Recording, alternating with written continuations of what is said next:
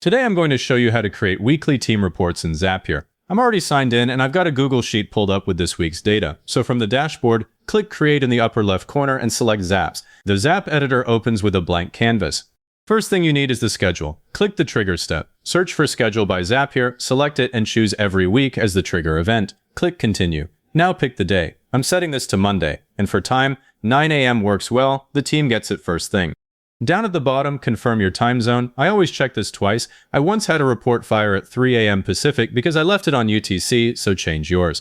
Click Continue. Click Test Trigger. Zapier simulates a scheduled run and returns sample data. That just confirms the schedule is valid, so continue.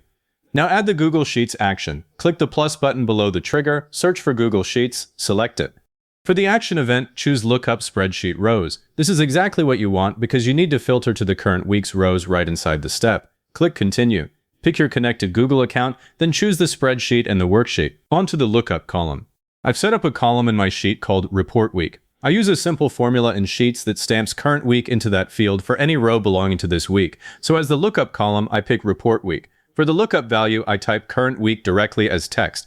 That avoids date formatting headaches. If your sheet uses a real date column, you'd need a formatter step to calculate the start of the week, and then use a greater than or equal to condition, doable, but the label approach is simpler and I recommend it. Click Continue. Before we test, one thing that trips people up. If the column header in Sheets has a typo or an extra space, the lookup silently returns 0 rows. Make sure it matches exactly. Now click Test Step. Zapier pulls the matching rows. You can see the fields come through: task, team member, status, lead count. I'll scroll through to confirm it's only this week's data. If you see last week's stuff, your filter is wrong.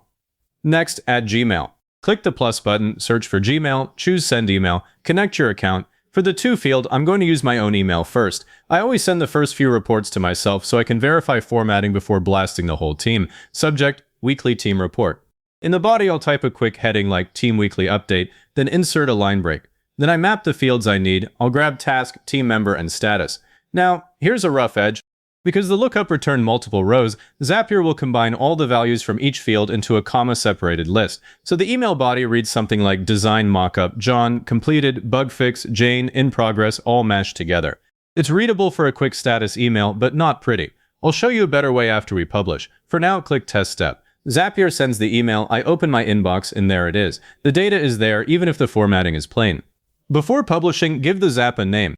I'll call it Weekly Team Report Email. Then I review each step quickly. The schedule is Monday at 9 a.m. The Google Sheets lookup is pulling current week. The email is going to the right address. Everything looks good. Click Publish. The Zap is now live. If you want to see the real data flow instantly, hit the Run button up top. Now that it's running, 2 things you'll probably want to address right away. First, what happens if a week has no matching rows? Right now, the Zap still sends an email with empty fields. To stop that, add a filter step right after Google Sheets and set it to continue only when the count of returned rows is greater than 0. That keeps your inbox clean. Second, if you want that email to look professional, insert a formatter step between Google Sheets and Gmail. Use the text action to convert the line items into an HTML table. Then in the Gmail body, map the formatted output instead of the raw fields. It takes 2 minutes and the report goes from messy to polished.